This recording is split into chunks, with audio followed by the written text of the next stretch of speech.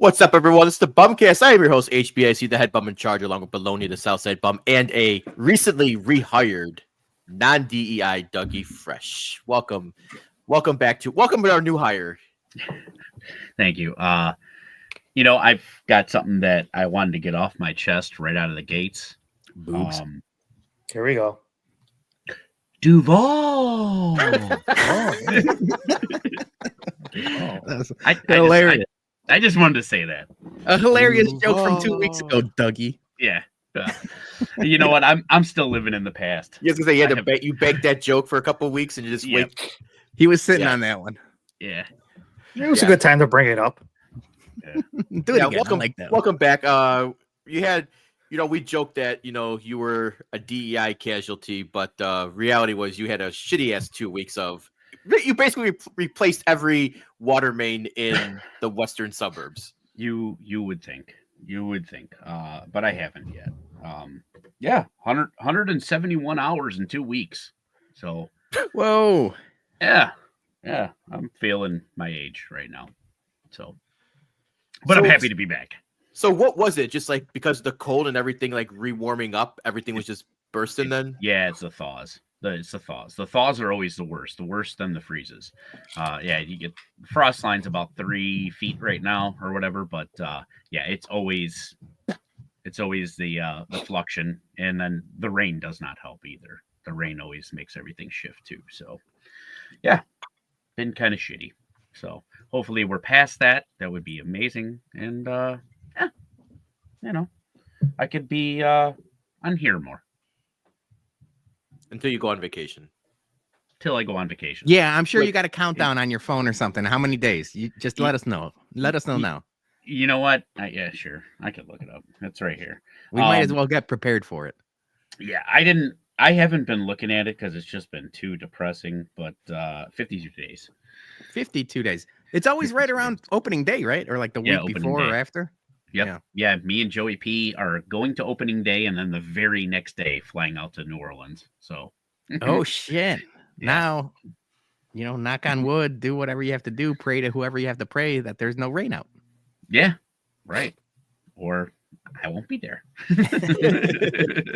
Well, we probably won't be either if there's a rain out, so I get a day off work, and then if it's a rain out, missing it. So yeah. Man, I hate that I put that juju out there. You sure did. That I just did it. I'm knocking on wood. I hate that I just did it. I really do. Guys, I got a question for you. I want to start off right off the bat here. And I was running a quick errand after work, and it's February 3rd, and I still see now. It's not a lot, but there's a handful of people who still have their Christmas lights up and lit outside, and I want to know: is that sociopathic?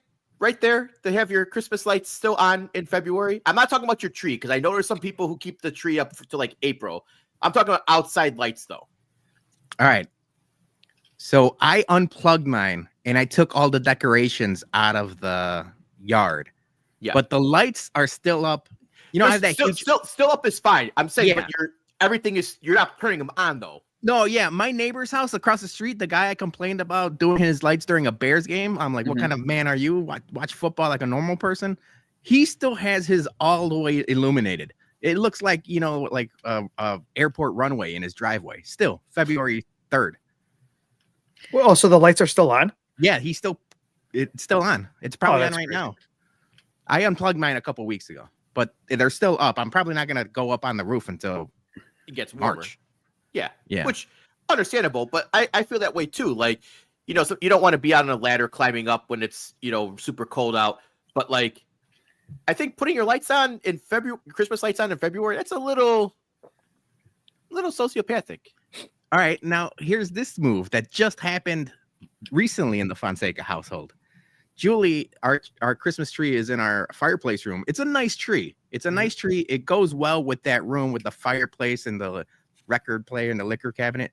She took down all the ornaments and put up a bunch of like hearts with different colors, and now it's a Valentine's Day tree. Is that a cool? I thought it looked good. I'm like, I think that we're gonna just keep doing this. Repurpose. Yeah. You gotta in summertime. You're gonna hang like firecrackers. No, and fireworks I said we're not celebrating like St. Patrick's Day, so it's going in March. Why not? There's little mini Nah. Guinnesses, you know? Nah. Hey, remember the- when we used to be at the apartment in Justice where we kept that tree up until like July? Well, that was just because we were 20 and lazy. That tree would have been up there the whole year if mice didn't get in. No, just kidding. There's So no when you guys lived together, who was the one who would always crack it like with the finally take the decorations down? Oh, that's a It good was a question. team effort. Yeah, I think it was a team group effort. Okay. I think we're pretty good about like, delegating chores and delegating. I mean, if you ask Julie, that place was a pigsty. It was a frat house. We lived in a frat house for our 20s, basically. So it wasn't clean to Julie's standards or for normal living standards. But for us three bozos living there, I think we did a good job of, rotating, take the garbage out or wash the dishes or do whatever. The village that I live in has a very strict February 1st. Otherwise, you get a warning, and then by February 7th, you start getting fined per day. Oh, shit. They start giving tickets out? Yep. They do not play in the game. So, Wow. yeah, I actually got a warning. So my stuff came down yesterday. So, but it was work-induced laziness. So, also my stuff was still lighting up, but it's also because I have a timer in the basement. So You could just turn the timer off? It just wasn't thinking of it. Yeah. I unplugged all my shit, and most of my Yeah. stuff's on my phone too. So I just, do the unscheduling of the app. Yeah, that's the way to do it. Yeah. Oh, everybody, well, we got a lot to talk about, obviously. But everybody had a good weekend. Yeah, I think it was good. I think you were complaining. We're gonna get to the Royal Rumble later, but I feel like I enjoyed the Royal Rumble. I think Jason, you had some complaints about it, but yeah, I had a good weekend. The no football was tough. The no sports yesterday I was struggling. I watched Didn't watch the Pro Bowl? Hell no. I watched a lot of golf, but even then, that was not as great as Sam Two Reeves was hole-in-ones. making it out to be. Yeah, that was fine, but it was fine. But yeah, I was missing some sports. There was not even good soccer on. There was nothing on yesterday. I don't want to sound like an elitist here, but like I didn't drink again this weekend. Some dry would January is call that- officially over. Some would call that elitist. Other would call you a pussy. I didn't want to use that phrase on myself. Congratulations. Proud of you. Yeah. I am gonna drink this week and this weekend, but I don't know. I felt like I was going good, and I was like, let's see if I can go the rest of the weekend, and I did. Even though I really wanted to drink during the Royal Rumble, I was jonesing for some bourbon, but yeah. Anyways. Yeah, Sorry. I mean, I drank during the happy hour and a little bit during the Rumble, but I mean, obviously, like I'm not, just drinking it by myself when I'm at home, like all day Sunday with the kids or anything like that. So as long as we don't have like an event or anything, I don't think it's. Or do you like on a random? I guess I'm asking the wrong group, but I'm like on a random like Tuesday, are you just making a cocktail or like pouring yourself a drink? If it's like a random Tuesday, I'll usually like if I'm making something nice for dinner, we'll do a bottle of wine with dinner. Well, that makes sense. Yeah. I'm always like when I'm cooking, I'm always drinking something. Like it's just my chill time. But I haven't been, so I haven't really had too many drinks lately. But yeah, usually I'm cracking something. Usually it's something really low proof or something like that, just to kind of get the gauge going, Yeah. All right. Let's get into some stuff here. First off, we are, I don't know, 52 days away, what Dougie said. Whiskey at Comiskey is back March 27th. It's our opening day. And we're very excited because, number one, we got Bubba's is going to be our bourbon sponsor, our whiskey sponsor for the tailgate. And if you don't know Bubba's, they are the sister brand of Michter's. So they do like a lot of the flavored whiskeys and stuff like that. So it's good stuff. And then Michter's going to be providing that with other, tasty goodies as well. So, but Bubba's is there. And then obviously it's just going to be a big show. We had a nice little conversation with Schifrin, at Soxfest last week. And there might be a camera crew showing up. Now you're teasing. Now you're teasing stuff we don't know yet. But I like that. I like it. You just, dude. I've learned this now doing the bums with you. You love a good tease. Like we did the Blackhawks watch party. I think you teased that 6 months in advance. Yeah, you're a good teaser. You're a good teaser. Yeah. There might be some good reasons to show up on opening day, but we want to remind everyone it's this time of year with our tailgates coming up. We are running a contest right now for our merch, but also super chats go a long way in helping supporting Whiskey at Comiskey. It helps keep everything free and open for everyone, with the food and the drinks and everything. So we'll be trying to push that, and we appreciate everyone's generosity. But if you any merch you buy from us, super chats, it all goes into the tailgate. So we appreciate everyone who supports us, and we got a new Whiskey at Comiskey hat coming out. It's basically the same thing, just different color. Yeah, colorway. I think the kids, in the Jordan game or the different releases, they just call it a new colorway. Colorway? All right. Yeah. I'm not in those streets anymore. So, but yeah, we got a new colorway coming out very soon. So we're going to run some stuff with that. But yeah, thanks everyone who supports us. We appreciate that. And I'll be setting out the form for RSVPs because we're doing a little different this year. We want to make sure we keep track of accurate counts for food and drinks. So I'll send out the form pretty soon. RSVPs will be starting, and then we'll be on our merry little way to another great Lot B tailgate season. Rocking and rolling. Hell yeah. Yep. All right, let's get into some headlines here. All right. First one up, it was the biggest news of the weekend. I felt like, Jason, you were all up on it. Biggest news of the weekend. Punxsutawney Phil sees his shadow and predicts 6 more weeks of winter. Jason, thumbs down? Thumbs down. That fucking Phil, man. This and I know you hit the next graphic. You have it, but this guy, I tweeted out. He's the Angel Hernandez of rodents. He's weather predicting. Yeah, or weather predicting, because he's only been right 30% of the time, and I feel like at this point, if you're only right 30% of the time, he needs to get relegated, and we need to see who else can step up in the rodent world of the groundhogs for accurate forecasting. We need a new mascot, a new icon for Groundhog's Day, which I don't get. It's probably something from like the 1600s, 1700s, when before they had weather people and they just looked at the sky and then like, oh yeah, rain. But yeah, I think Phil needs to be retired or go to the minors and work on his game for a while. Now, batting 300 in baseball terms, that gets you close. That's Hall of Fame numbers right there. But in weather predicting, you're saying not good enough? No. All right. No, I think you need at least 80% accuracy for weather, right? I mean, nowadays with radar in your phone, I think your iPhone is much better predictor than a rodent, like you mentioned. But you said he might have to get replaced with another animal. So let me just go across the line here. What animal do you think should replace? What are we cucking Phil with? Street rat. Street rat. Yeah. I'm trying to think of the skinniest animal possible because I don't want that motherfucker to see his shadow ever. Snake. Yeah. So the thing I thought of is like birds, right? Don't they tell you like in a natural disaster or like when something's going down, you got to, look at the sky and see what the birds are doing? I think we got to get a bird to do the weather, not this guy that's hibernating all winter. I thought those were dolphins. This guy's been asleep for 4 months. He don't know shit.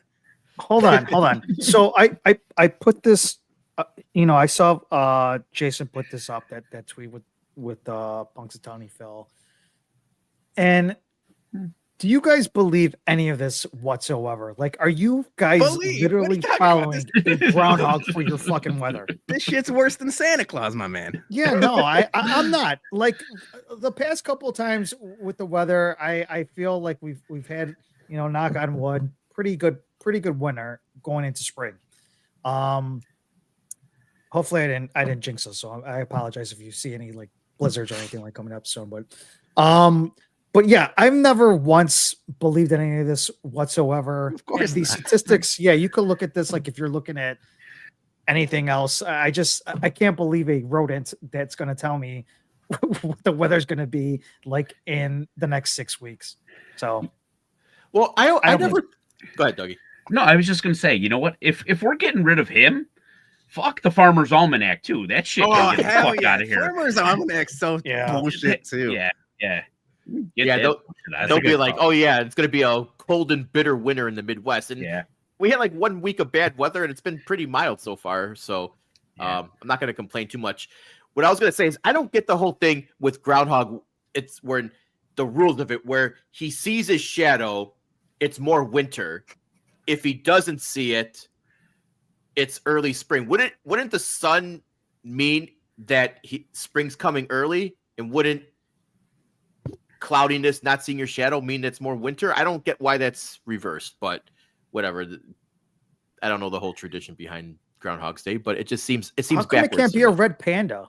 I'm gonna tell you this right now. Like this? 217 episodes of the BumCast. We've never broke down any sports subject better than we broke down this Punxsutawney film, motherfucker. Everyone's got hot takes. You're coming with relevant facts and ideas. Why can't we do this about freaking Andrew Vaughn's batting average? I don't know. Because he's a lost cause. He's a lost cause. Right? He's worse than Phil. Yeah, he is. John, Dougie, you mentioned the Farmer's Almanac. We might as well just toss another bum there. Nostradamus. That Nostradamus guy predicted like 500,000 things, and a couple of them came true. And now all of a sudden he's like, the name in the game and predicting things. Right. Fuck that guy too. Yeah. The world was supposed to end like 7 times already, right? So yeah. Nostradamus too. Bum. They're gonna find another Mayan calendar soon, aren't they? That's gonna be ending. Yeah. Bum the Mayans too. I forgot. Wasn't it like 2012 or something? Like just going down a rabbit hole over here. We're pro Aztec over here. Bum the Mayans. No, when I said Phil, we need to be replaced, I'm talking about another groundhog.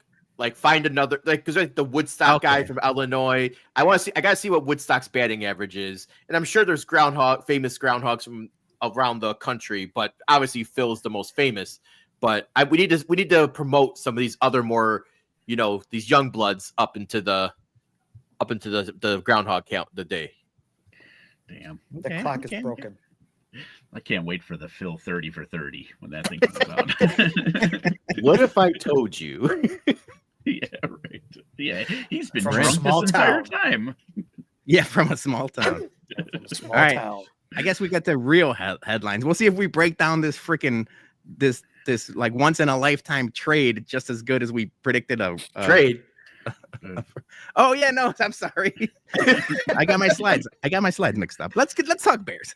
Okay, well, yeah, we'll get this too because we're gonna talk some NBA in a bit.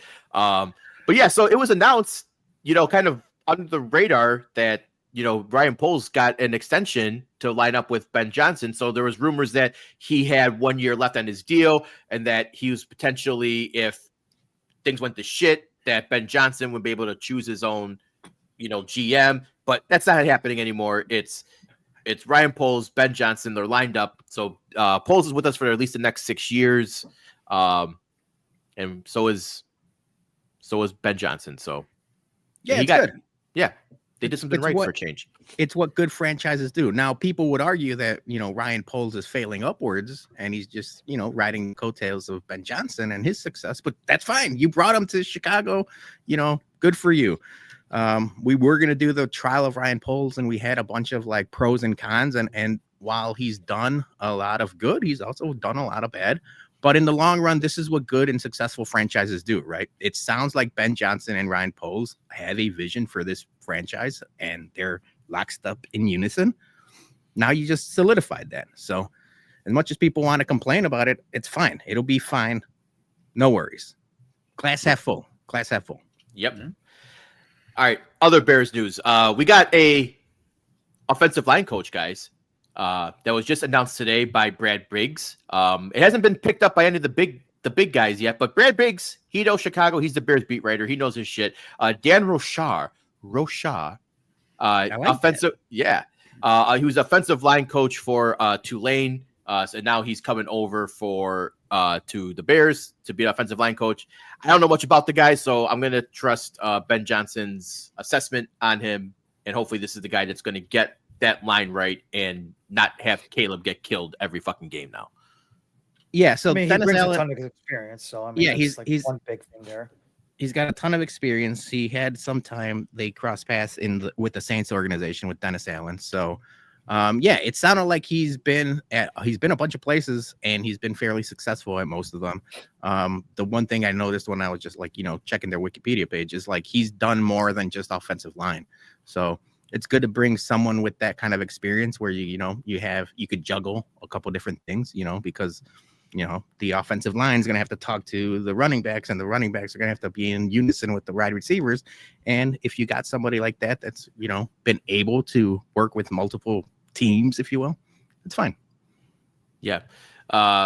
Brian says Rochar's wiki is wild. He's had 300 jobs in football. And that could be a good thing or a bad thing. Who knows? Yeah.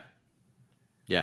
All right. And the other Bears news, we got a running backs coach, Eric Bieniemy. Yep. What? Bieniemy. Whatever. Bieniemy. Eric. What was I thinking? Bill Bellamy. Bill Bellamy. Yeah, that's what I was thinking. That's what I was Sports. thinking. MTV. Shout out to the legend. He was good, wasn't he? He was in a few movies too, right? Like Yeah, Him Bill and, Bellamy. He was in a couple of comedies, in the 90s. Yeah. Him and Dan Cortez. Josh Bellamy. But yeah, so they was familiar because he was with the Commanders. I think it was last year, or the year before, because last year he was in college. But he was with the Chiefs for a while, and he was offensive coordinator, I think it was. Yeah, offensive coordinator for the Chiefs for a good amount of time when Mahomes was coming up. So I liked it. Peter, you were big on the hire as well. You said you really liked the move a lot. Dude, I mean, not bozos like us just talking into a microphone, but actual people that are in the know were for the longest time saying like he's the next, head coaching candidate. He's going to get a head coaching job. He deserves a head coaching job. And for some reason or another, he hasn't.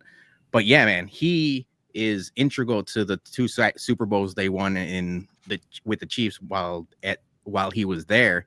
And for like everything I've read, like, yeah, he was like very integral in the development of a young Patrick Mahomes.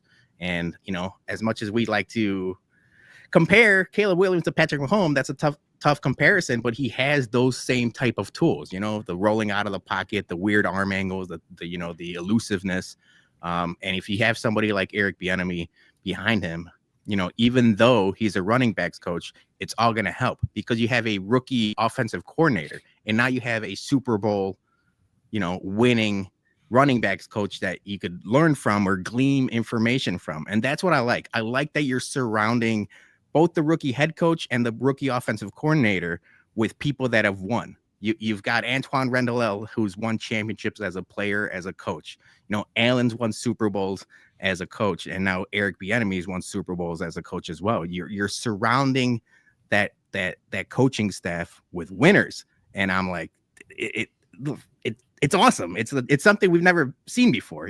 We'd like to, hopefully in the long run, 8-10 years down the line, this is the start of like the Ben Johnson coaching tree. And it's a good problem to have where you start getting poached these coaches to go on to do bigger and better things because this team is successful. That's what I'm hoping for. Yeah. My quick analysis of him, he looks like Shaq's fat younger brother. Dude, I don't know, dude. Every time I see like his like action picture, dude, it's just like he just looks like a fat plump Shaq, like that just didn't grow. I just looked it up. He was with UCLA, last season, Commanders before, but obviously he had a couple 1-year stints.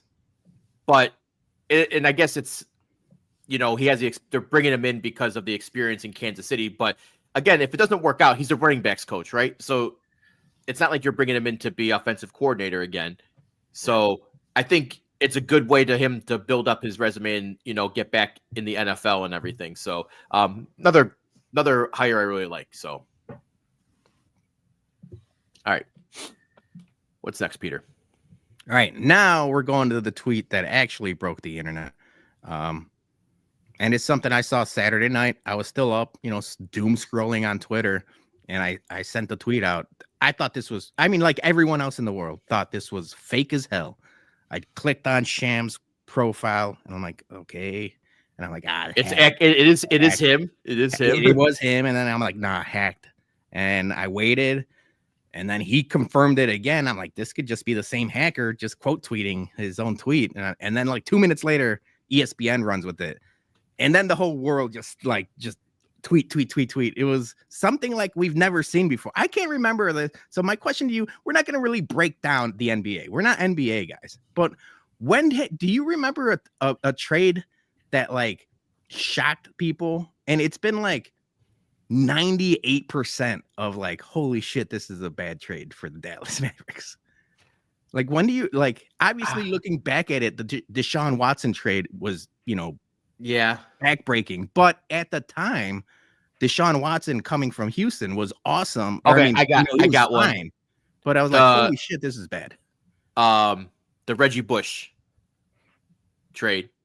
No. Fuck. Reggie White. No, when the Saints they traded like that wasn't Reggie. That wasn't Reggie. Are you talking Bush. The Ditka trade?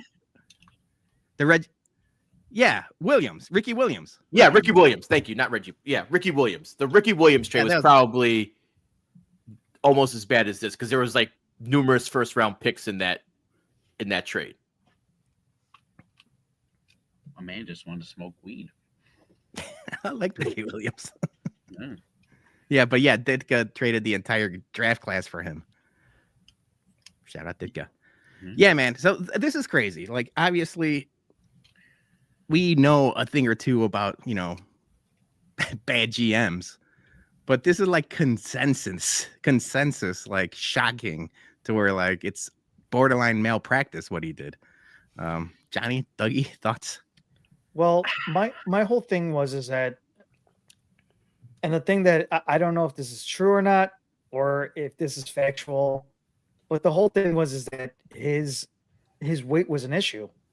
Like that was like the whole thing. And to me, like, I mean, you could get him back up to par. I mean, this guy is a great basketball player. You know what I'm saying? Like, I mean, what's he been averaging like this year? I didn't check, but it's got to be well over like. He's instant buckets. It's something like, like triple doubles, like crazy, like 30 point, 40 point, 50 point triple doubles. It's crazy. Yes. He's just been automatic. And I just think, I don't know what what the Mavericks are thinking. That's the craziest thing. I thought this was a joke as well too. Obviously everybody thought this was a joke. And now, but the one thing is that, okay, you're going to go to the Lakers and you're going to team up with LeBron.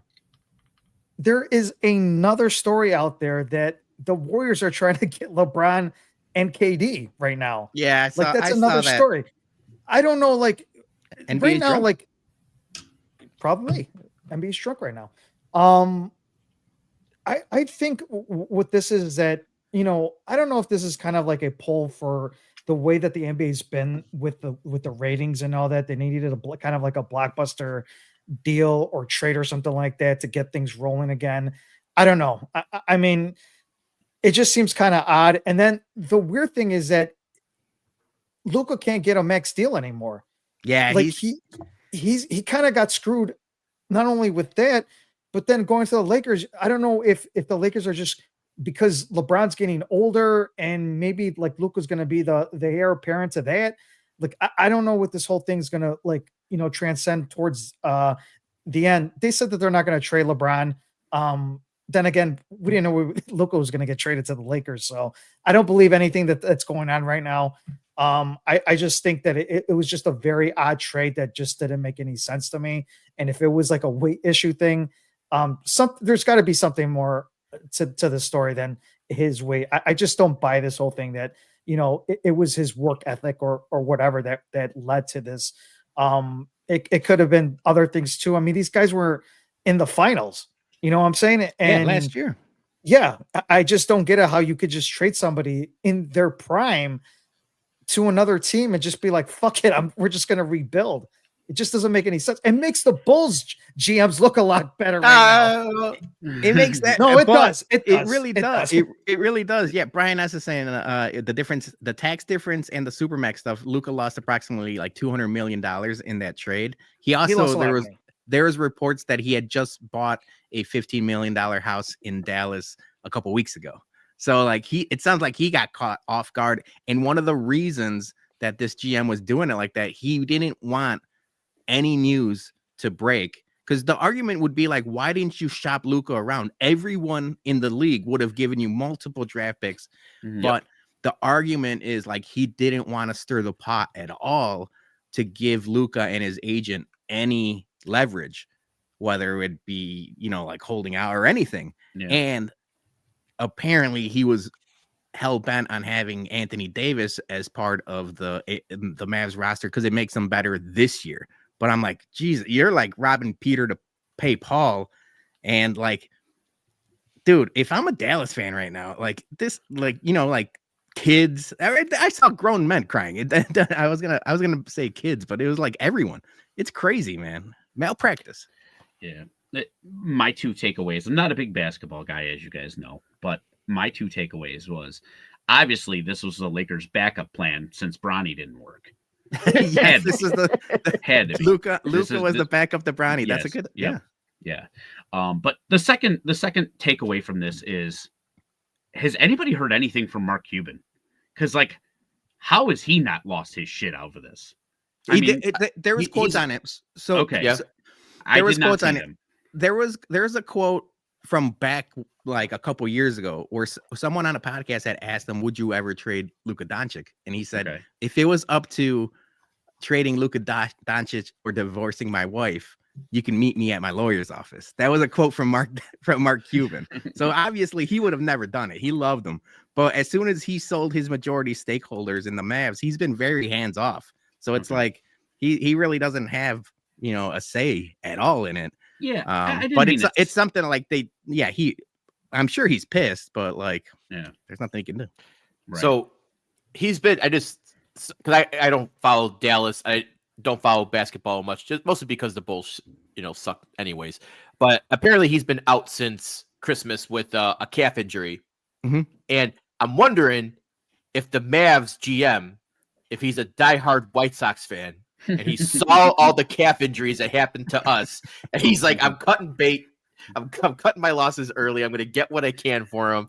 I know where the calf injury, path leads us. So we're not going to go on that path. We're going to get what we can. But it's insane that, when teams are giving out like 10 years worth of first round picks in the NBA, which is fucking bananas when you see a trade and you're like, they're getting the 2033 first round pick. And it's like, how the fuck do you trade a first round pick 8 years from now? And it's may or may not be protected. And you don't get any multiple first round picks back for him. I think that's just, if I'm Adam Silver, I deny that trade, with the big rubber stamp and saying this is bad for basketball. It's bad for the game. So David Stern famously denied the trade, the Chris Paul trade. And obviously Adam Silver is his own man, but it's like, you would think, this is bad for business. The other thing is, credit to the Lakers, man. I grew up hating them because of, like the 90s Bulls and that original like championship run for the Bulls. The Lakers, by hook or by crook, are just an awesome franchise for all of my lifetime. The 80s, they were awesome. The 90s, they were good. The 2000 with Kobe and Shaq, they're good. Now again, like they're what's right in like sports, and we could complain about the Dodgers and the Lakers and stuff like that, but it's like, man, I would love to be an LA fan right now. It's like they got everything. Also, can we just put away the bullshit that LeBron didn't know anything about this? The guy's the fucking bullshit. Like he's the self-proclaimed king of NBA. And you're gonna tell me that he was surprised by this trade while he's having dinner after a game? Like, fuck out of here, man! Like, this was some backdoor shenanigans. Yeah, Johnny mentioned the weight stuff, and it's like, I saw Ryan Russillo say something, where it's like, it's just an excuse. Like, Luka Doncic could be smoking a Marlboro Red down the court and dribbling a basketball, and nobody should care because he's a fucking awesome basketball player. Yeah. Well, we'll see how he pairs up with LeBron, or if LeBron's still even there. I would laugh if he gets traded to Golden State now. Like that there's no chance. I would give that a actually maybe what Punxsutawney Phil 30% chance of that. Yeah. Does LeBron see his shadow? Then he gets traded. That's a good point. All right, let's keep talking ball, baby, because we, as the Chicago sports bums, know ball. Yeah. Zach Levine was finally Zach Levine was finally traded.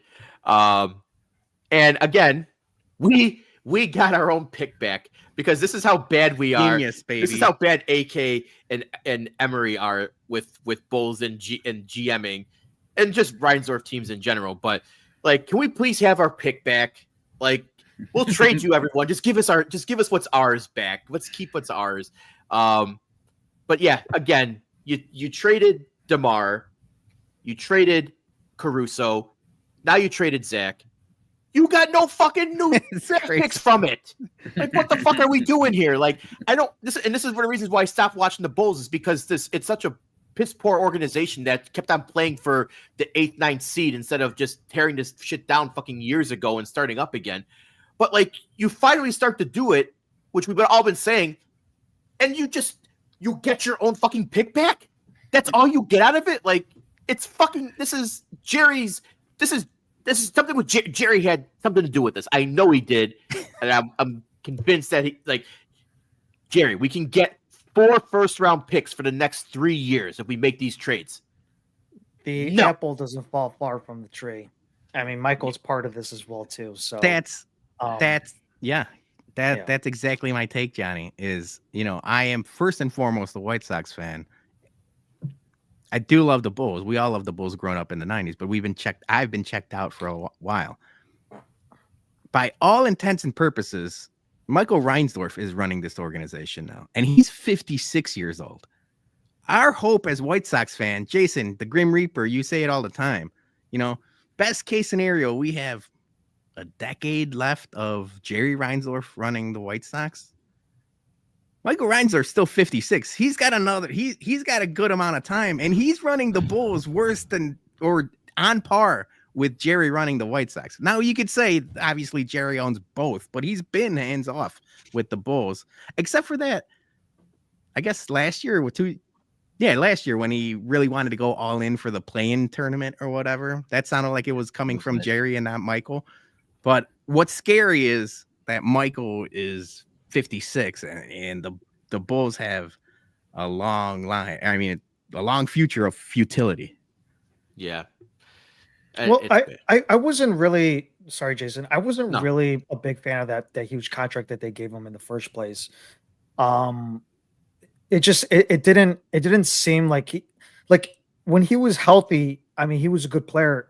To me, I didn't think he was worth that much to give him that max contract that we gave him. That was the only thing that I had with it. We talked about it when they signed him. We had our takes about it, and I was kind of like iffy about it. I just didn't think that he deserved that contract. And the fact that we got anything back in return is great. Because like I said, I mean, the DeRozan one and the Caruso one, Jason, you were bringing that up. I mean, we were getting shit for that. At least we got a pick back from it. So I mean, to me, I feel like it's a plus win on this one. But the only thing though is that yes, we got the pick back, but you still have the GM running this organization. You still have all the people running this organization. I still don't even am having confidence with this organization that they're going to get any better with this regime that they have. I mean, these guys are starting to look a lot worse than Garpax. It just seems like, you had a good assemble of a team when Ball was healthy. Like, I know Ball, when he went down, things kind of turned south, but still, you still had a healthy DeRozan. You still had Levine. You still had Vooch. and everybody has been nothing but disappointment all around across the board. So I just don't have I don't have any confidence, whether it's free agency, whether it's draft picks. I just don't have confidence with this regime. They have to move on from this. I don't know if they will. It's good that they're dumping the salary and all that. I get that, but they have to do something else with who's running the show, because the people who are running it right now is not the answer. Yeah. Right now, the Bulls have the 9th worst record in basketball. So they got a lot of tanking to do in the second half. That's the problem. Like everyone's saying, like tank for flag or whatever. It's like they're gonna have to go on a historic run to get like to that level. And I understand, Washington only has 8. Washington only has 8 wins, so like they're pretty lottery much, balls are, the luck of the lottery ball. We need David Stern back, and cook some of those books to the lottery balls or the frozen envelope or something like that. That's what we need in the hopper. Yeah, hasn't he passed away? I think so. Yeah. Oh, yeah. So, I mean, maybe Vooch gets traded now. I don't know. I mean, that's another bad deal. Trade everyone. Yeah. Trade, no, I know. Get rid of them all. I know, but he's another one with the, bad contract for production, right? So, we'll see if they can actually get to them. But yeah, the Bulls, they're gonna finally blow it up, and they're not even gonna be bad enough to get like a top 5 pick at this point. Unless the ping pong balls, go our way. But to Johnny's point, even if they do have a top 5 pick, do you trust, AK and Mark Eversley to make the right choice? That's the problem. It's like Joey P saying, it's just an endless cycle of mismanagement. You're just treading water. I will say another thing too, though. Better part of there's nobody in. I saw a bunch of people saying Cooper Flag, like let's tank for Cooper Flag. Cooper Flag is, I mean, he's good and all that, but it's not going to be somebody who's going to change the franchise. He might be a player that you could plug in there, but I mean, it's not somebody that's going to be like a Michael Jordan right away, or like somebody that's going to change the trajectory of the Bulls. It's just right now they're just kind of like in purgatory right now. Like there's no way out with this. It's been in purgatory for the past 15 years. Yeah. Well, yeah, forever.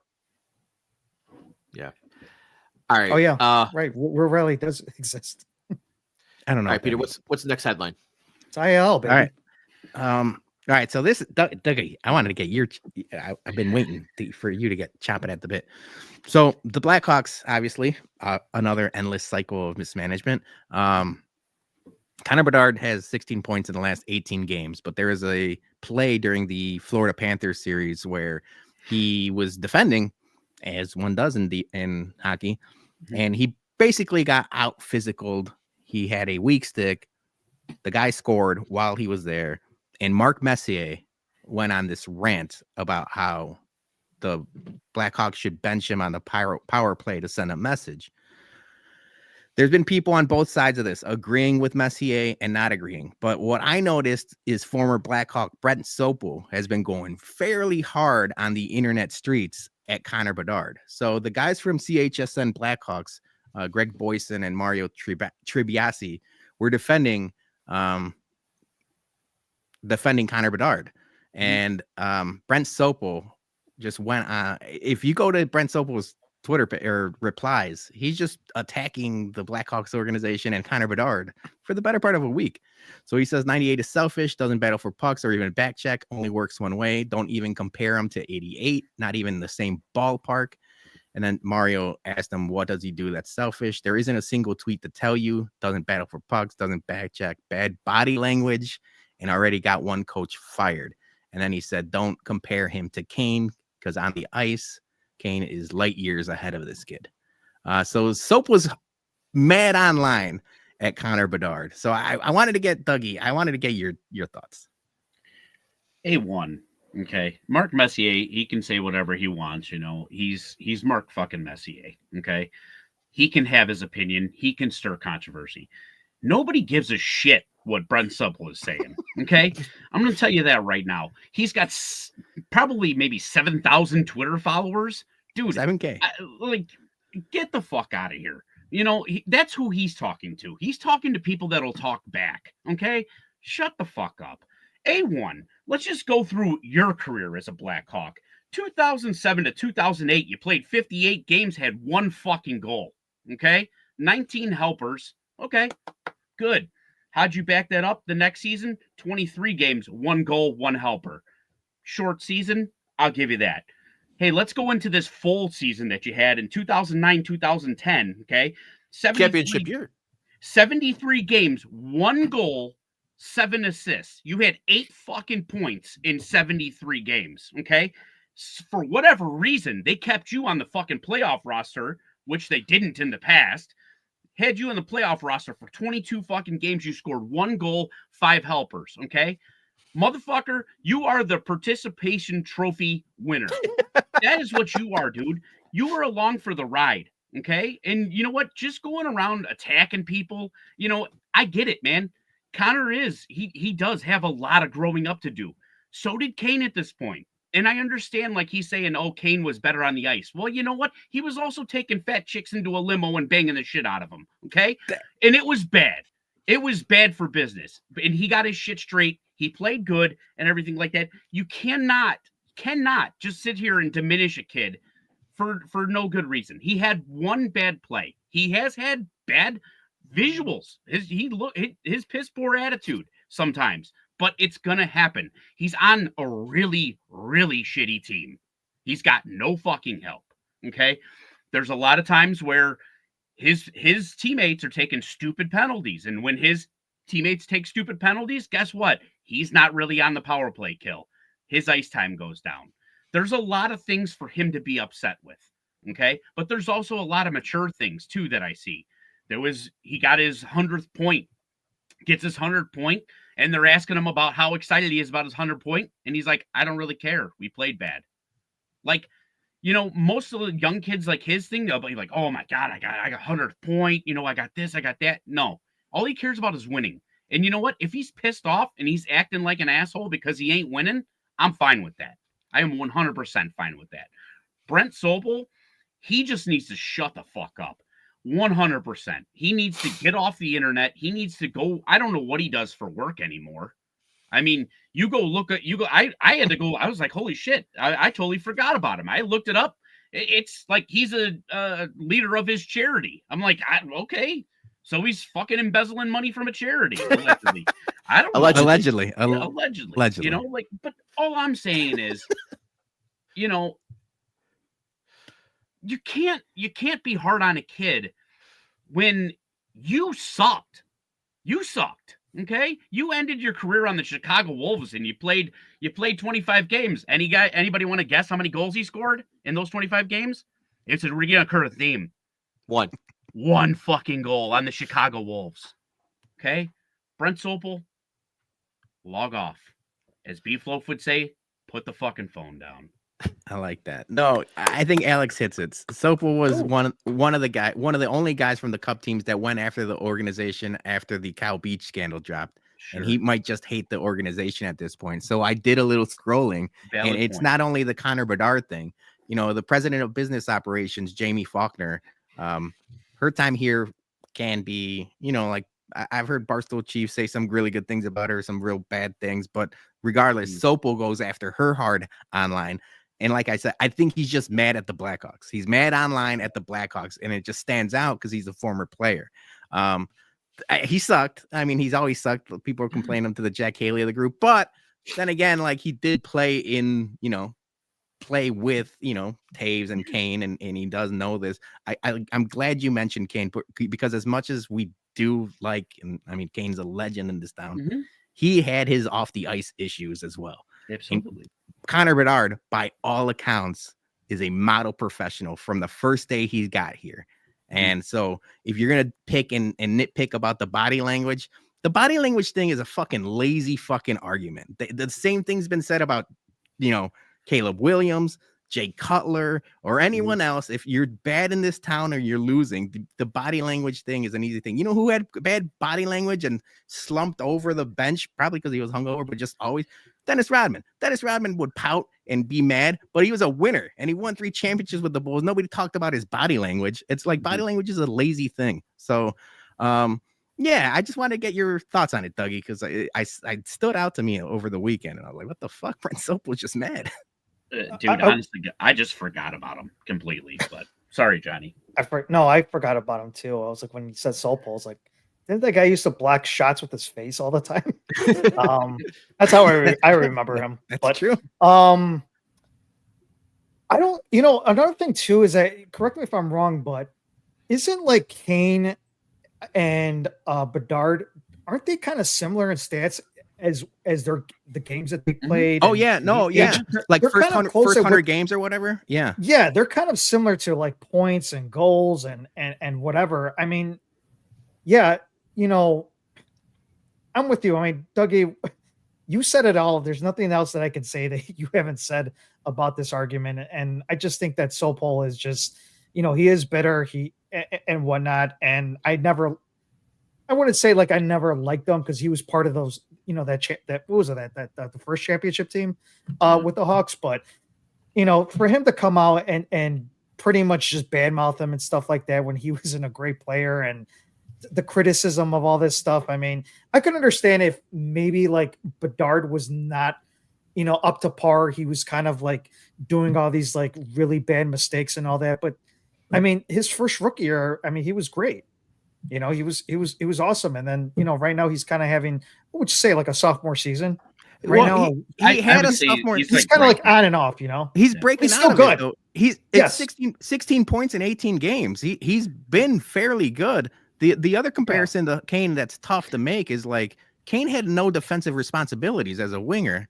And Connor Bedard's playing center, top line center, going after, their first line week in or day in and day out, like losing faceoffs mostly, getting outbodied, but that's something he's working on. And it's like there's different responsibilities. Also, is Johnny Frozen just to me or everybody? Yeah. He's stuck in. That's like, I think because I had a little bit of laggy issues. Maybe he's trying to walk like an Egyptian or something, like. I've had it up to here with Sopel too. Yeah. But and then that whole thing about like, he got a coach fired. You know what? Luke Richardson got himself fired. Yeah, he was gonna get fired. He regardless. really did. Yeah. Yeah. All right, before we get to our last headline, just a quick super chat from Gordo. He says, "Cheers, bums. Cheers, Gordo. Hope you're feeling better." Gordo. Salute, my man. Johnny's unfrozen. No more. Yeah, boy. I just realized I haven't been drinking this. Too much ice. I'm making too much noise. Can you guys hear that whenever I drink this? Yeah, a little bit. That's not good. That's bad radio. No, you did. All right. Finally, our last headline from last night. The Grammys. The Grammys was this weekend. This weekend. I want to get your thoughts on the Grammys. Yeah, Dougie. Any thoughts on the Grammys? Great beard tassels. I don't know. I mean, there was there was a moment or whatever where we kind of like had like the video on TV and I didn't realize what it was. And my daughter's sitting in the room, and then all of a sudden she turns around with the jacket, and I was like, "All right, pause it." I'm like, "She's about to do something stupid," I don't know. I'm just. I didn't see it live. Did they actually? It was on the Grammys red carpet. It wasn't like obviously on the Grammy. It was like the pre-show or whatever. But it was all over the internet. It was all over everything. Yeah. But I did want to give Dougie his flowers because you bummed of the week Kanye for this type of stunts months ago. Yeah. And now yesterday, every Joe Schmo and everyone on the internet is, getting pissed at Kanye, like exploiting his wife and obviously all these stunts that he's been pulling. And I was like, man, Dougie was really early on this train. So you were there first. You've been an OG Kanye hater. Yeah. I mean, everybody could have been there. You could have voted for him, but you didn't. That's going to be a reoccurring theme today. You guys could have voted, but you didn't. I think it's time to ask when Kanye's going to be walking out with sheer clothes on, because is he going to support his wife, and just walk around slanging hog? Dude, if he does, I swear, I want nothing more than him to have this littlest dick ever, dude. I would respect him more if he came out in a potato sack or whatever, and support your wife in that scenario. Yeah. I mean, it's got to be the logical next step, right? Potato If she's always walking around naked, you know, Crazy. And again, how much is that is him or her? Maybe she just likes speed. Maybe she's a nudist. Maybe she just likes. I don't know. Yeah. Sam says she's a model and does stuff like this all the time. It's not just him; they're both nuts. This is true. We're blaming Kanye for a lot. She's got to be a little bit bananas if she just married Kanye West. That's true. We've known that for a fact. That's true. But yeah, All right. you guys watch the Grammys at all or not? No, I I didn't watched a because little bit of the Grammys are probably the worst award show of all. It's too just woke one for big- too woke for you. too woke for me. Too much DEI, too woke, whatever all the terms are. It's one big glorified concert, and also no Taylor wins. Kind of dumb, you know. But whatever. Joey P says Sandy P better not get any ideas for me at Whiskey at Kaminsky. But yeah, the whole. Also, what I want to say, Jaden Smith, whatever his Will Smith's House? kid. Yeah, the house. House Smith. If I ever hear him give a political endorsement, I'm voting the exact opposite of whatever he recommends. I don't care who it is. That guy is no longer allowed to give any type of, you know, political endorsements, product endorsement, whatever. I don't want to hear it. I'm out on that shit. Opposite. Would All you right. wear what kind of house would you wear if you had to wear a house on your head? Home Alone house? Castle. Castle? Oh, Castle Grayskull? Now we should No, we should yeah, do like the Mega Man, Dr. Wiley. Oh, Dr. Wiley that's Castle. a good one too. Castle. You guys got an answer? I don't. All right. Castle's Good, hard because we got to beat. play some ads. Yeah. Yeah. Let me think about it. The original Chickies Beef and Banquet is a proud sponsor of the BumCast. Get ready for the big game with Chickies Super Bowl party packs, now only $295 plus tax. Each party pack comes with 5 pounds of delicious homemade beef and gravy, 5 loaves of French bread, 1 pint of hot and sweet peppers, a half tray of sausage and peppers, half order of wings served with a variety of sauces, 2 pan or thin crust pizzas, each with 2 toppings, 20 Italian beef rolls, and 20 mini cannolis. Get your hands on an extra 16-inch thin crust pizza for only $20 each. Don't miss out. Make sure you get your Super Bowl orders in by Friday, February 7th. Call Chickies at 708-449-1000 and order today.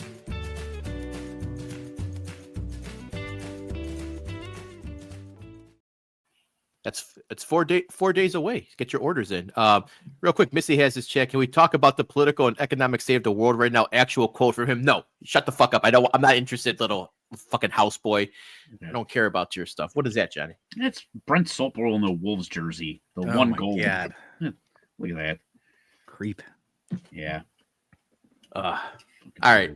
Super Bowl is this weekend, but we're gonna talk a little game, but mostly we got some bets we're gonna give you guys. I think we got some good ones as well.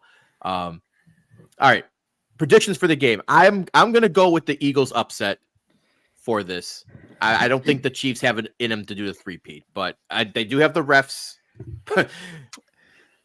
I know, Peter. You got triggered with that last week. But yeah, I'm gonna say Eagles are gonna take this. Saquon's gonna finally get his ring. I'm with you on that. Yeah, are we all Philly scumbags? We said it. We're going to be All Philly right. scumbags this week. Are we all Philly scumbags? I think Yeah. we're all So just if you are placing a bet for Philadelphia, they are at plus 105 right now. So they are the underdog. Yeah. And right now, a lot of people, bettors. I mean, I think it's probably going to still stay at 105. They're going to be a plus. They're going to be the underdog. But yeah, I'm all with everybody. I think for the most part, you know, Philadelphia. Hopefully they win. I don't want to see a 3-peat.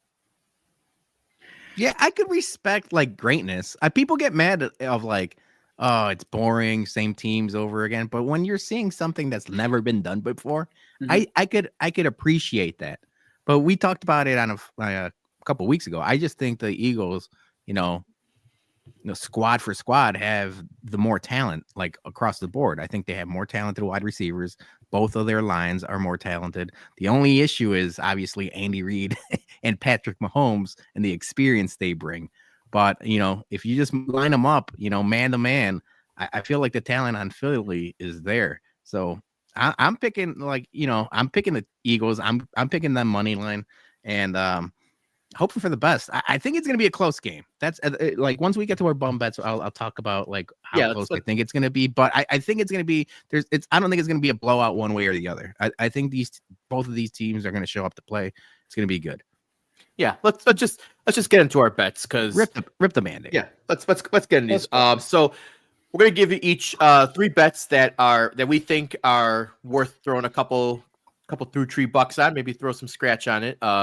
And we're not going with like basic bets like money line over. These are going to be some unique bets, some prop bets, all that stuff. So I'm going to hit you with mine first. And I use FanDuel for mine. I know other people have like Bet Rivers and Circa, whatever. So, but these are ones from FanDuel. So my first bet is Jalen Carter and Chris Jones to each get a sack at plus 358. Son of a bitch! I have the exact same bet.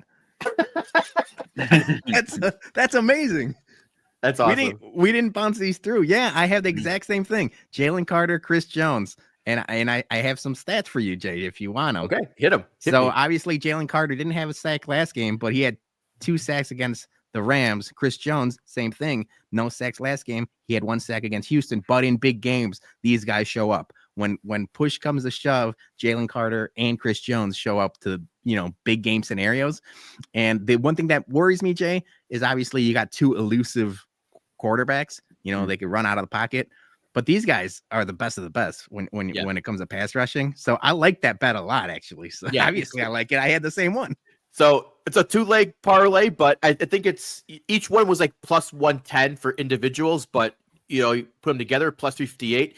So I'm gonna throw maybe like $5-10 on that, and I think that'll play in a nice one. So my second bet here, Triple Crown.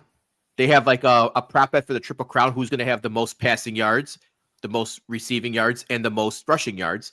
And I'm going to go with a Triple Crown of Patrick Mahomes for passing, A.J. Brown for receiving, and Saquon Barkley for rushing at plus 600. Okay. Now, maybe I'll do the same bet and just flop with Mahomes and Hurts just to have. I hate doing that. Do you do that a lot? Where it's like you do multiple of like similar bets, but like with different results? Because I feel like you're just jinxing yourself to not. Obviously, you're hedging. That's fine, but I don't like doing that personally. You do that a lot? I'll hedge. Yeah. If it's something like that, I'm not going to do like every single combination, but I'll take like the 2 most popular combinations and I'll hedge that. So, but at plus 600, I think that's, a couple bucks on that. I think that's a good payout to hit. And my final bet is each team. And I think the odds on this are really high for something that seems very logical is going to happen in the game. Each team to score a touchdown and field goal in each half plus 1,400. Damn. Are you sure you're reading that right? Yes, I had to double check that, but each team to score a touchdown and field goal in each half plus 1,400. I did see that as well too. I like that a lot. Each half. It's not even like each quarter.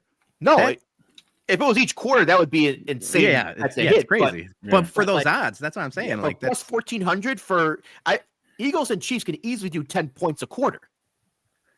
Right. So that one's easily, throw $20 on that at plus 1,400, get a nice payday. People in the comments that are smarter than us, math guys, maybe explain to us why this bet doesn't make sense, because this feels like easy money, baby. That's what I'm saying. I saw that and I was like, okay, that seems. It is possible. It is definitely possible, especially with this offense. Although both of the sides of the defenses have been playing really good as well too. They got good defense. So that it could be a trap as well.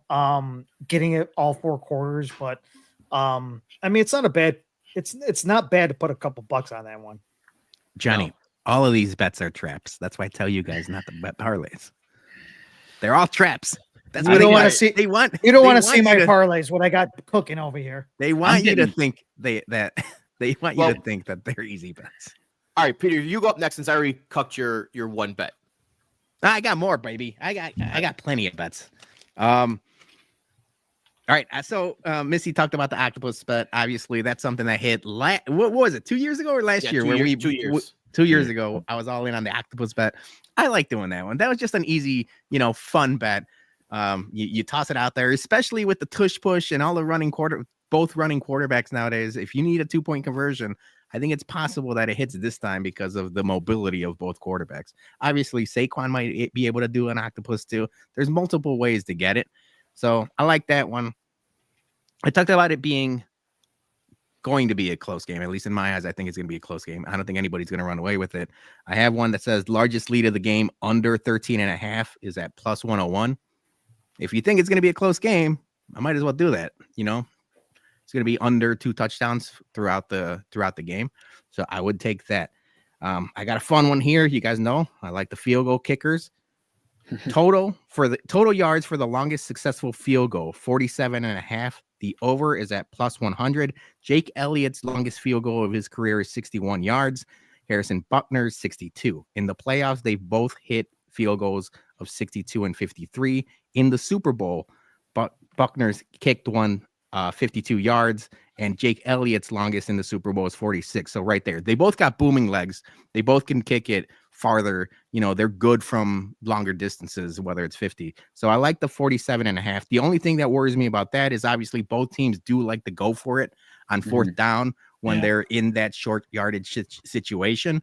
But in the Super Bowl, especially if you think a Super Bowl is going to be close, maybe you kick a field goal early in the game. So 47.5 for the field goal. I like that. So, and it gives you plus money on that. And then the last one, because you cucked mine, Jason. I am doing a parlay. I'm going, out of my comfort zone most of the times. I yell at you guys. No, I know. Look at Dougie. All right. So I'm all in on the Eagles. I think they're going to have a good game. Saquon, Jalen Hurts, and AJ Brown all to score a touchdown is at plus 850. Wow. Obviously, I like Saquon. I think he's going to be Super Bowl MVP. Jalen Hurts with the tush push, he scores a lot of touchdowns. And if AJ Brown scores one, that's plus 850. So that's asking a lot. That's as like uncomfortable as I get with parlays. Three legs, and I'm like, that's too much for my blood. I don't like this. You're asking for a lot. But they have the offense to be able to put up some points and all be able to score. So I like that one a lot. All right. I get some good ones there. Johnny, you're up.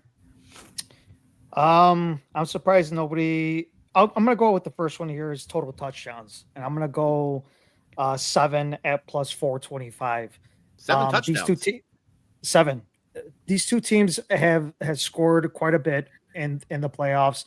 Obviously the conference championship games, they both went pretty much on the over. I'm also taking the over as well too at 48.5. I think that's going to be a big one. It's at minus 112, but I think they're going to score. Obviously I talked about the defense. They both have really good defenses up front. But I think that they're as much as I want to say that Jalen Hurts is going to be running, I feel it's very different as well too, that he has Barkley in the back as well too, and it's very hard to kind of try to contain that. So I feel like that opens up the passing game as well too. Obviously he had over 200 plus yards the last time, but they scored 52 points. And plus the last time the Kansas City Chiefs and the Eagles faced off with each other, obviously when it was a Super Bowl, he scored 3 touchdowns in the game. Now I'm not saying he's going to do a Al Bundy type of thing going on over here, but I just think that 7 touchdowns at plus 425 is probably be a good one. The second one, not to interrupt you, but is that like, do you have to get 7 on the head or over 7? No, it has to be 7. So it's not. I'm not saying plus. Yeah, it has to be 7. So if they score 8 touchdowns, like 4 each, I don't win. Yeah, it has to. Yeah. No, I'll take I want over 7 touchdowns at that. But yeah, also at this point, Johnny, if you're betting that bet, you might as well bet the over in general because Right. it's gonna hit. Yeah, exactly. So my second one is I also do the parlays as well too. You don't Obviously say. this is not a a crazy thing that I normally do. I'm going to do also anytime touchdowns, Barkley, Dallas, Kelsey, and then Kareem Hunt. That's a plus 3,700 right there. Ooh. So wait, that's say a very Barkley, Hunt, Dallas Goddard, and Kareem Hunt. Oh, wait. Kelsey. Yeah. Oh no. Barkley, Dallas, Travis, and then Travis. Hunt. Yep. You know what? I like that except for the Travis Kelsey leg. Because he has like these up and down games where he'll go off and then he's quiet for like he just had a very weird season this year. That's what I'm saying. It's the Super Bowl, and I just feel like it's a very it's that time where he actually gets that touchdown. Because I could have went with Xavier Worthy as well too, or I could have went with Hollywood Brown. Somebody kind of off, but I kind of feel like it's time that Kelsey gets that ball. I kind of got burned the last game with the AFC Championship game. I thought he was going to score. I think this time he does get that touchdown. So it's a plus 3,700 on that parlay right there. All right. Finally, it's probably one of the ones that I think is a very popular one. And I was looking at both of them. You can't. I wouldn't say you can't lose it, but it's a pretty good odds whether you pick which one. It's the coin toss. Toss is. You can lose it, Johnny. Fun, it's 50% chance you lose it. What do you mean you can't lose it? It's no, I'm just saying it's 50% chance that you lose it. Shut the fuck up. All right, I'm talking here, okay? So it's plus 100 on both sides for both heads and tails. So whatever one you pick, like I said, I'm gonna go with the last time. KC is going to be the home team, so they're going to be the one that's going to be picking the coin toss here. So I am going to go with tails here. I'm going to go with tails. Last time they picked heads, they won. I feel like they're going to switch it up and they're going to go with tails. So it's a plus 100 on tails. Kansas City's going to pick on there. So those are my three. Never fails. Yeah. Tails never fails. Yes. All right, Dougie, what do you got? All right. So my first one is like the most practical. I'm going to do touchdowns as well. I'm going to do Barkley scoring 2 for a plus 270. Ooh, I like it. Now this is all sprinkle, baby. Just all sprinkle. Boy. I'm gonna leave again. Any quarterback to score a receiving touchdown plus 7,000. Whoa, we're getting wild with it. I like plus 7,000. I mean, dude, hey, you know what? They put Tom Brady out there to make a catch or whatever. Like it happens in Super Bowls. Nick Foles, like it happens. This is when the weird plays come out. So at a plus 7,000, little sprinkle action. The one that really surprised me when looking at it, the Gatorade on the winning heads coach. Plus 1,000 for clear, aka water. Plus 1,000, like that's pretty good odds. At least one of those coolers is going to be water because not everybody likes the sugary Gatorade. So I like that at plus 1,000. My one parlay it's just a 2-legger. Barkley first touchdown and MVP plus 900. Ooh, I like that. I like that. I got him as my MVP. Yeah. That's not bad. First, it's first touchdown though. First touchdown. Yep. Yeah. Those are so hard, man. Because I mean, Barkley is a good bet. I think he's got the best odds, right? For yeah, for he's what? got the best to score the first touchdown. touchdown. Yeah. Now this is where I have 2 more. I found a new category on FanDuel, which I really had me going. Is it the your way? No, it's next gen stats. You can bet on next gen stats this year. Nerd. Yes, dude. So I am going to. So you can bet top running speed on a running play, okay, or you can bet top speed on a receiving play. I did not do either one of those. You got to go Xavier Worthy on that yes, one. No? I'm sorry, I did. Xavier Worthy for plus 285 for the fastest offensive ball carrier. So I got that. And then I have Xavier Worthy also for the longest air yards in a single pass at plus 570. right. Oh, So, I mean, he's I got don't the know. speed, The Eagles, because Mahomes the got the Eagles arm. like to stretch the field and throw deep. Yeah. That's So, interesting. I might have to look that up. Next Yeah, gen check- stats. Check out the Uh, next. Some of them are pretty cool. There's one in here on FanDuel for plus 550, and this seems like a pretty easy, can't miss either. Coin flip. Jalen Hurts and Patrick Mahomes to each record 30 passing yards in each quarter. That seems like a no-brainer too, right? No, you know what? Yeah, I don't know, man. 30 passing yards in one quarter? That's like one drive each. right. But you got to look at the time of possession. These guys, Yeah. like, if it's like, Pat Mahomes, like, all right, say Saquon runs one, or like they have a good drive, Saquon runs it in, and then the Chiefs go on like a 8-minute drive. I don't think it's as easy as you think. Okay. That's the other aspect of it is if they can't stop the run, why would they even toss? Yeah. Well, they have one here that's even more watered down for 15 yards each per quarter at minus 105. So, but I feel like 30 yards a quarter, I feel like that's doable. That's 120 yards passing for a game. I mean, that's how they get you. they're gonna get me. They're gonna get all my money this weekend because I'll probably play like 10 bets and hit one, right? So, and then I'll be like, "Fuck yeah, I won that one plus 600." Hell yeah, Well, that's the only one we'll post after Yeah. the Super Bowl. We're gonna post the winning ones, but I have like 15 other ones that we just not gonna. Yeah. Look, I hit that plus. Hit that plus 600. Yeah. How much did you lose? Now we don't talk about the losses. No big We only deal. talk Don't about ask. the wins. You don't ask about that. Yeah, our triple diamond play. Obviously, the bets are going to change because it's still kind of early. I still haven't seen like a lot of the other I follow like a lot of these betting sites where they do like all these they don't do ridiculous parlays. They do like they kind of like go and just pretty much get all the data together and just go through all this stuff. So I'm kind of interested to see when it's inching a little bit closer to Sunday, how much some of this stuff changes as far as like the whether or not if it changes like I want to see plus the and line minus over changes. here. Just the general public, how much they push the Eagles and or the Chiefs up or down come Friday, Saturday, Sunday, because that'd be interesting. It's like I the would points, assume- like the point spread. Like I Right, think that's right what- now it's yeah. pretty like dead even right now. It's not really. It was at 1.5, right? Yeah, it was like 1.5. Yeah. Yeah, because that's where I was like, I like the. I mean, I'm taking Eagles money line, so it doesn't matter. But I'd be interesting to see how much that moves. But who knows? All right, we got one more topic before bums, but before we got to pay a quick bill for us. Big Cartel is the official home of Chicago Sports Bums merch. Help support your favorite podcast by buying a couple Two Tree shirts.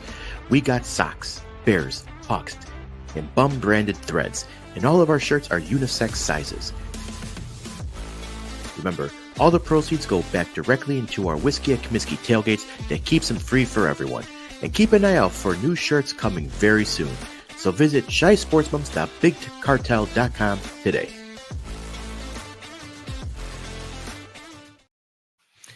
Alrighty then. Johnny, you had a question that we kind of punted on the past couple weeks, but we're finally going to get to it. And it's a really good one. And it's unbreakable NFL records. Yes. So I looked at this a couple weeks ago, and it does. If you do look at the graphic over here, it shows who's closest to beat that record. That's currently present day, like who's active on the roster right now. So I sent it all to you guys on the group chat, and I wanted to get your opinions on that, of who you think could possibly break one of these records over here, because there's quite a bit. But there's got to be one that's close that you think that either can be beat or that can't. Obviously there's a lot of them that are pretty far apart than the next one. So, wanted to hear your guys' takes on it. Okay, I got two right off the bat. Number one, the Bills, 4 Super Bowl appearances. I mean, maybe Kansas City can do it, but I'm going to go with that one for the time being. I think that's Even that's without a win, right? I don't know how you go to 4 Super Bowls without a win. So Kansas City might go 4, but they're winning. So I don't think that's ever going to happen again with the Bills. What the Bills did.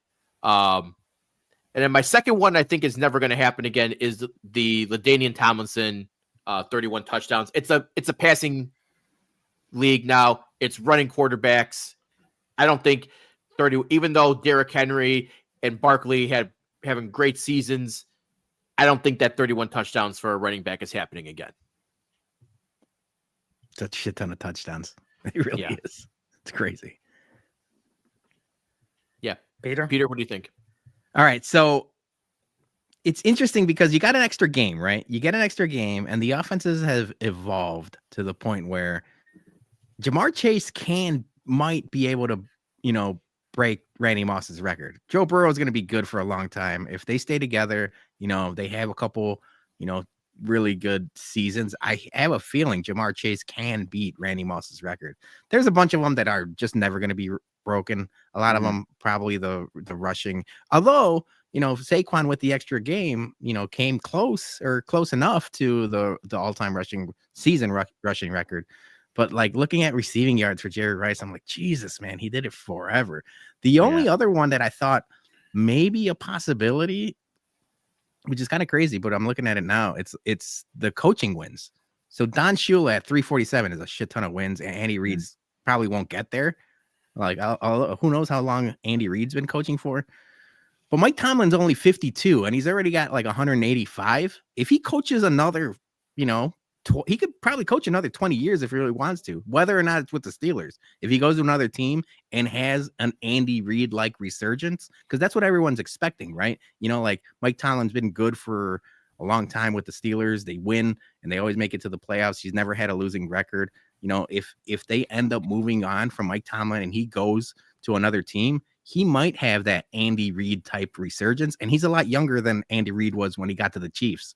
So as much as 347 seems like a shit ton of wins, if Mike Tomlin coaches another 20 years, he could probably get to that. Ben Johnson's going to do it because he's going to win 14 games a year. He's 38. He'll be coaching the next 40 years. That's what I'm talking about. Anyone got a calculator here? Let's see here. Do the math. Do the math on 40. Ben Johnson. He's going to win 560 fucking games right there. There you go. 14 wins for the next 40 years. Piece of cake. The career interceptions record is crazy too. A lot of these, like when you shared the graphic, Johnny, I just like stared at this and I was like, wow.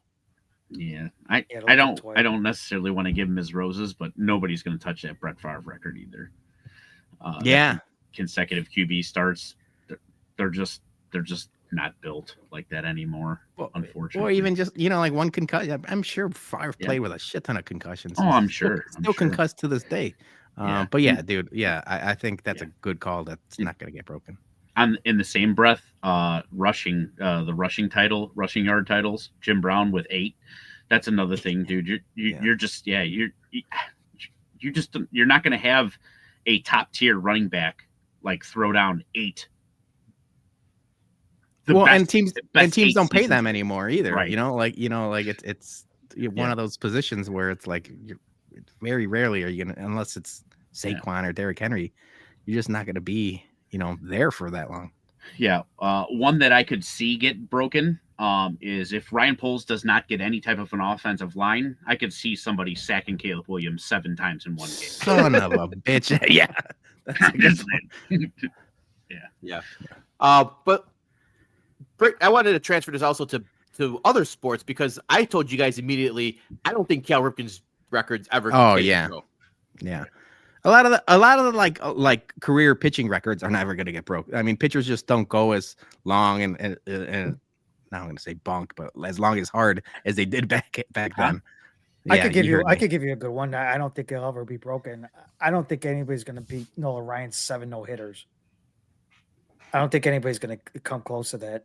I mean, that's just Noah Schultz? impossible. Yeah, Noah Schultz. Yeah. Maybe. Well, it's a possibility. He'll get 6. Oh yeah, we'll take 6. That's fine. Gotcha. Okay. Yeah. All right. So yeah, I don't know if there's any NBA records or NHL ones, but I know for sure I don't think anyone's. No one's breaking Gretzky's record. I know I know Ovechkin's close to the scoring record, the goal record of Gretzky, but the assist and goals combined of Wayne Gretzky, no one will ever beat that. It's crazy. Okay. Do you hold on? Actually, I got one. Do you think that somebody will beat the Warriors' record of 73 wins? No, because of load management and the way teams don't play all their stars all that much anymore. I think that Warriors team was the last of like. Also, that one doesn't count because they lost the championship. So Bulls still have the record. I like that. And Well, yeah, I understand that part. I'm just saying as far as like a regular season. Yes, It's- but actually now I'm contradicting myself because you never know the way the NBA is going. You're gonna have like a super duper team. You're gonna have like 5 Hall of Famers on one game and on one team, and they could even rotate who rests one night and who doesn't, and they'll still probably win. You never know. Didn't the Lakers try to do that one time? It didn't work. Yeah, they had like Karl Malone, Gary Payton, Karl Malone, like Gary Payton, and was so with Shaq was there too, I guess. Most career loss in baseball cannot be beaten. Yeah, you think?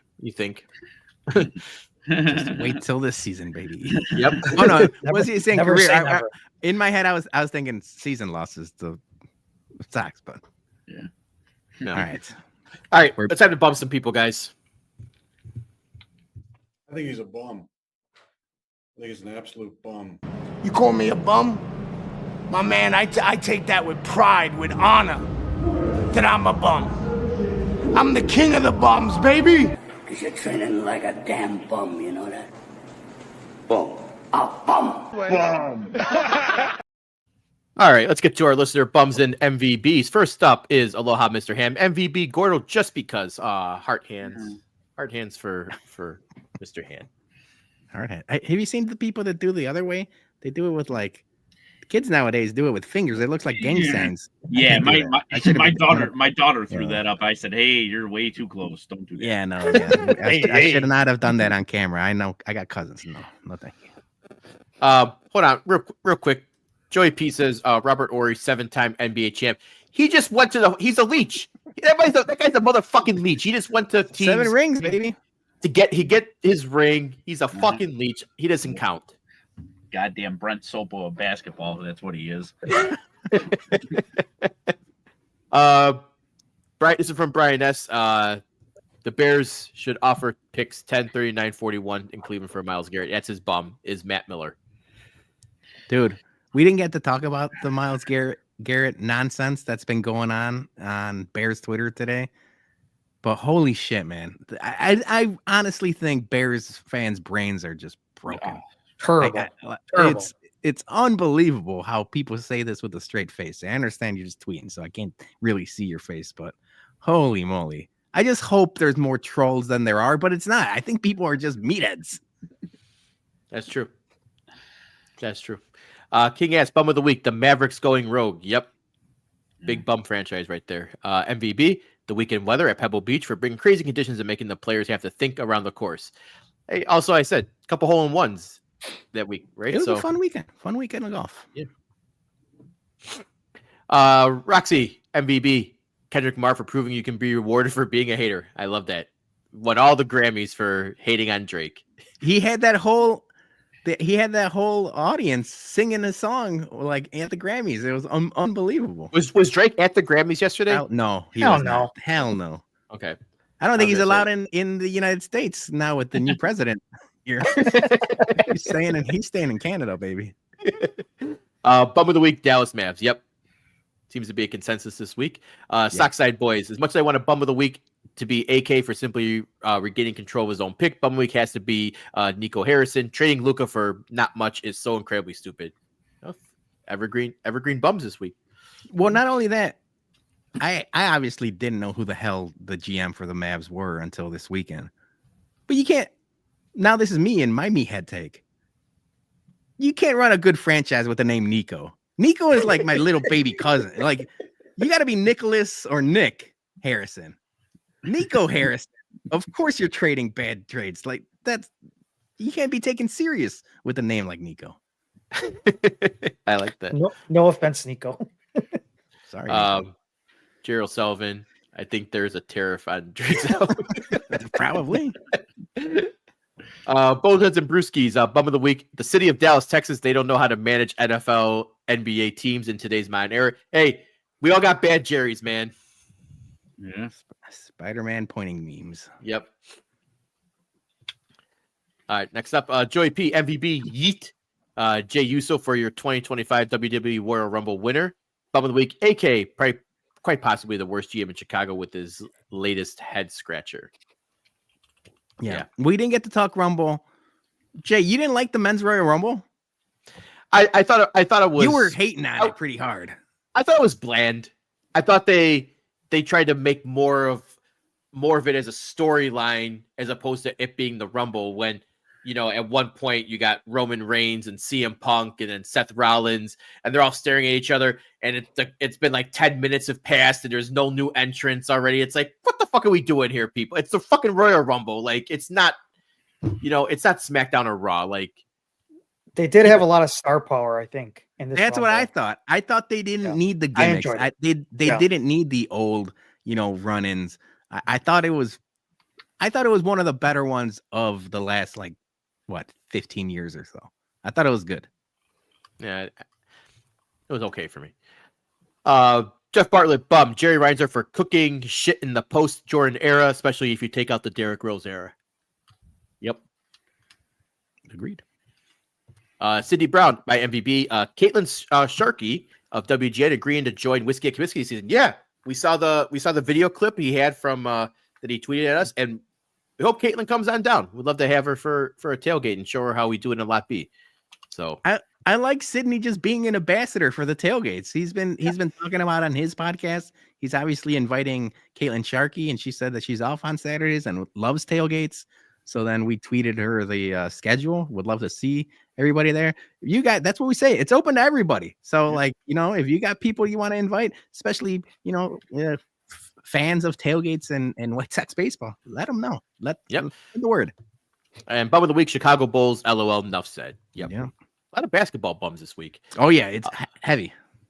Mike likes autographs. Bum. Mark Messier. Fuck that guy. Yeah, Dougie. He's had a good rant on that. MVB Slaggert for that record goal. I don't know which goal he's referring to, but I'm sure it was good. Casey Taco, MVB, Myles Garrett, fine wanting out of Cleveland. Yeah, I'm surprised he stayed in Cleveland that long. Not to the Bears though. Please no. No. Yeah. So Slager, basically, it was opening face-off, just went down and scored fastest goal in Hawks history. Oh, cool. Yeah, I gotta look at that. Yeah. Jerry O'Sullivan, MVB, Binny's for the $15 off spirits coupon over the weekend. I used mine. I mean, it always comes in clutch when they do it. And bum of the week, the White Sox are picking up Jacob Amaya again and calling him Jake in their post as if they picked up a whole new player. Like we wouldn't notice. Hey, they think that we're stupid, right? So, Jake from State Farm. Yep. Kick flips and threads and bum of the week. Dallas Mavericks for trading Luka shady shit. Yep. MVB Johnny for that delicious pickle. Talk about your pickle, Johnny. I'm interested. I'm sorry to say that, Johnny. Top secret. I'm not gonna. No, he's shared it, right? Yeah, he doxed your pickle. He doxed your pickle. I saw that. That shot had like 15 things in it. Yeah. Now, was this Johnny? Is your pickle shot? Is that an original Juanito creation? It's not a Juanito creation. It's a Johnny creation. Get it right. Is it okay? It's a Johnny creation. It's so Johnny original. All right. So wait. So is there now? I have a question. Is there a difference between Johnny's pickle and Juanito's pickle? No, it's the same. Oh, okay. Same pickle. Okay. All right. So I think Johnny, you have to bring a batch of your pickle shot to the tailgate. I'll bring it. Yeah, I'll bring my pickle to the tailgate. Yeah, we're doing Johnny's pickle. Yeah, I'll bring it to you. Everybody gets a taste of Johnny's pickle. It's gonna draw a crowd, baby. Yep. Now, in a little tahini rim on there too. See how things have changed. 2 years ago, we were begging Johnny to do a kissing booth so we can make money for the tailgates. Now he's bringing his pickle to the tailgate and offering it up to people. Yes. I said the tailgates wouldn't be bigger this year, so what better way? And Mailman Jack, MVB, Mother Nature, turning on the air conditioning this afternoon to wake my lethargic ass up. That's true Chicagoan right there. 50 degrees, AC goes on. I cut the promo. I said, it's arrachera season. I didn't have a coat when I was on my way to the office. On the way back, it was fucking freezing. It was like 35. I was like, what happened? Yeah, I should have been ready. It's Chicago. Yeah. Bum of the week, whatever the heck the Bulls trade was. Yep. A lot of bums for basketball this week. So, all right. Let us get to our bums and MVBs. Peter, why don't you start us off? All right. No MVBs this year or today. No one was good enough. Nothing really stood out. My bum of the week, and it's something I purposely kind of wanted to get out there because I think I was too generous in like praising the McCaskies and Kevin Warren and the Bears in general. That's just not in my nature. I said it was good on them. They put up the money for for Ben Johnson, and they opened up the purses and the wallets and, gave them the $13 million. And while I'm happy about it, it just felt wrong giving the McCaskies any credit. So then this story comes out, and this is old. I understand this is old. It's from 1985, and I've heard it told a bunch of times. Dan McNeil has told it. Mongo has told it. But this was circulating the internet this week, and it's a story from Mongo, R.I.P. Let me get this up there. And it's him telling the story about the Super Bowl and when they got the trophies. And he says, baby, let me tell you the night we got our Super Bowl rings. You'd think it'd be glorious, right? The 49ers got their rings in Honolulu, Hawaii. So I'm thinking, well, this is going to be a big time thing. And we get the news that we're having the ring ceremony at the Holiday Inn in Highwood, Illinois.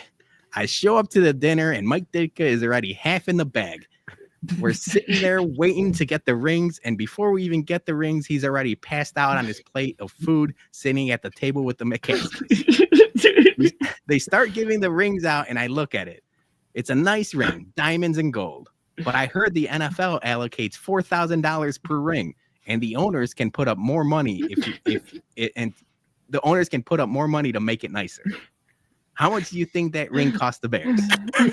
$4,000. Wait, hold on. Before we continue on with this, Peter, I gotta bum you. That's what I'm laughing about. Mongo's still alive. Son of a bitch. All right, dude. Bum, you can bum. That's a hand up bum of the week. That is for real. That is for real. Bum of the week. Jeez. That was bad. That was bad on my part. You know what? I'm accountable. I'm accountable when we fuck up. That was bad. I legit have been so disconnected. I had to go look at my phone real quick. I'm like, holy shit, he died during this work week. Yeah, Dougie's been working hard. You almost had him crying over here. Dude. Damn. Oh man, dude. Oh, you sold it so good. You were just like R.I.P. and transition, my friend. I don't know what I had in my brain that I thought Mongo was past. I knew they were. I saw the Hall of Fame doc. Yeah, he's not doing good. He's still with us. All right, my bad. Anyways, that was a bad look, though. Hey, I don't want to be morbid, okay, but if something were to happen, you know who you got to say next week. Just gonna throw it out there. So, did you guys see the Bears post that they wished George Halas a happy birthday? Yeah, and they use a picture. He looked younger than Virginia McCaskey at the time. You know, it took every fiber of my being not to comment and come get your kids. Now we're getting morbid. Oh shit. All right. Johnny, you're up. I have no MVPs as well too, but I do have a what a bum, and it's wrestling marks. Jason, I don't know if I'm going to clump you into this because you were a little upset about the Rumble, but actually you weren't that bad. You were just a little disappointed with it. But yeah, I'm going to go a little bit different. We really talk about wrestling in this podcast that much, but I'm going to go with wrestling marks. And people were upset about the Royal Rumble winners with Charlotte Flair and Jey Uso, mostly with Jey Uso. They didn't like the whole thing that he won. They wanted to see CM Punk or LA Knight or whatever. These are the same people that are complaining about AEW. These are the same marks that are complaining about, oh, how come you don't push like LA Knight? How come you don't push the young people when they were seeing Brock Lesnar winning all the time, when they were seeing all these other people winning all the time? Cena, I'm going to put Cena as well too, but they were never giving a lot of the younger talent a push. They were always complaining. Now that you're pushing Jey Uso, who's never won a title, who is over almost any other wrestler that's out there right now, and they complain. They just love to complain about things. I mean, just people love to complain about stuff, and I just think marks are just like they're in their basement or whatever. They're just fucking upset about shit. You know, they're tweeting or whatever, and they're just just enjoy wrestling. I'm going to go even further here, and it's even like the people who are complaining with AEW that it's a bad product and this and that. Yeah, the storylines are a little bit off. I will agree. It's not up to par that they were a couple years ago, but I'm just glad that there's an alternative out there instead of it's just WWE. At one point it was just WWE and TNA. That's all we had. We didn't have anything else.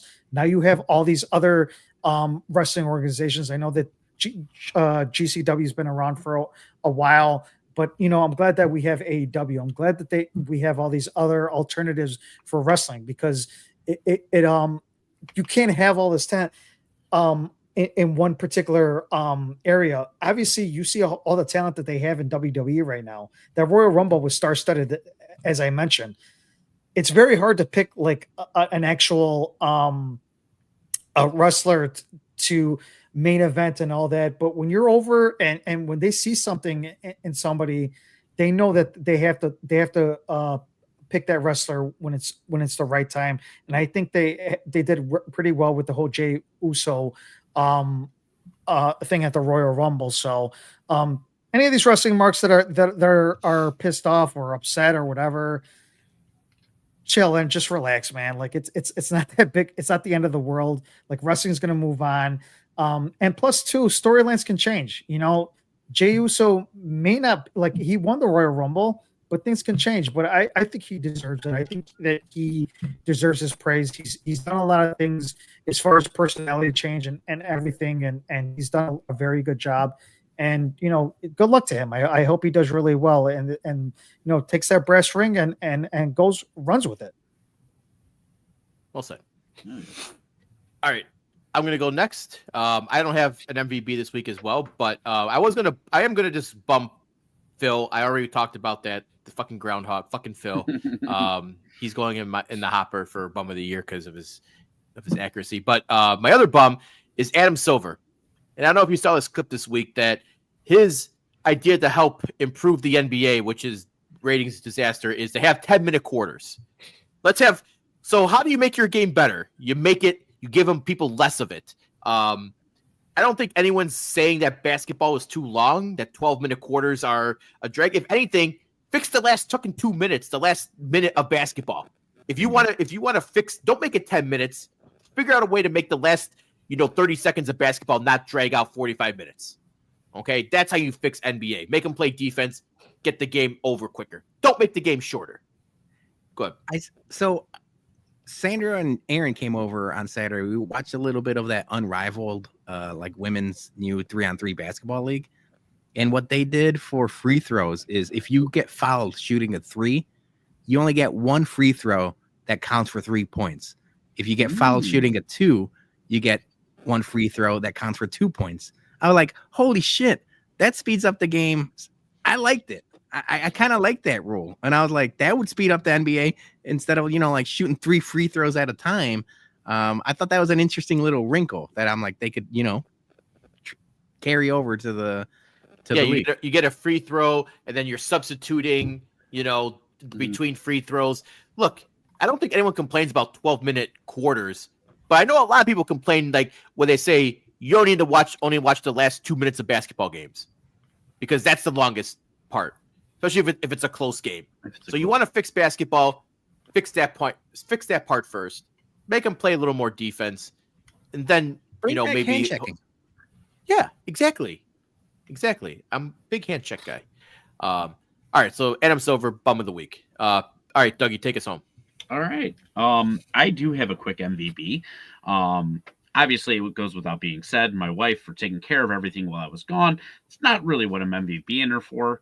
I am MVPing her because while I was making money, she was making money.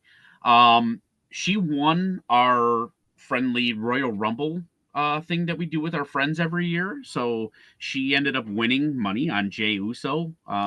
Number 20. Coming through in the clutch. Yeah. Nice. She actually had 20 and 30. So she had right at the end had Paul and Jey Uso. So she won money there, and then went to a little charity trivia night for my daughter's school and won to split the pot there. And Oh, hell Nice. yeah. There you go. so it was nice Very little good. change there too. So she gets the MVP for that. The rest of the stuff is just her duties. Oh, no, no. I joke.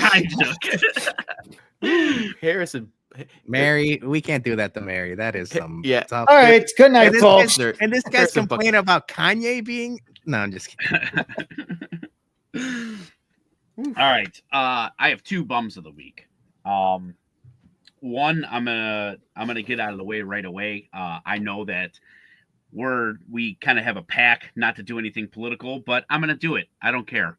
I'm bumming Donald Trump. He had the biggest opportunity of making me his number one fan this week by signing the no tax on overtime, whatever executive order, which would have helped me out tremendously with all the orders, all the hours that I worked this week.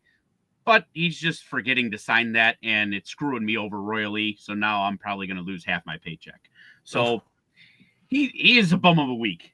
That's And Checks out. also, I'm not putting him in a tournament because that's an easy win for the tournament. Yeah, that's. I didn't have you put him down. Pre-show. But I would like to bum everybody that voted in last year's tournament and didn't vote for my work. Anybody that didn't vote for my work, you are my bum. work, but for work in general. Work in general. That lost first round, didn't it? It went down pretty early. Yeah. It That was an upset. shocking. Yes. So anybody that didn't vote for work, I'm bumming you because of my work.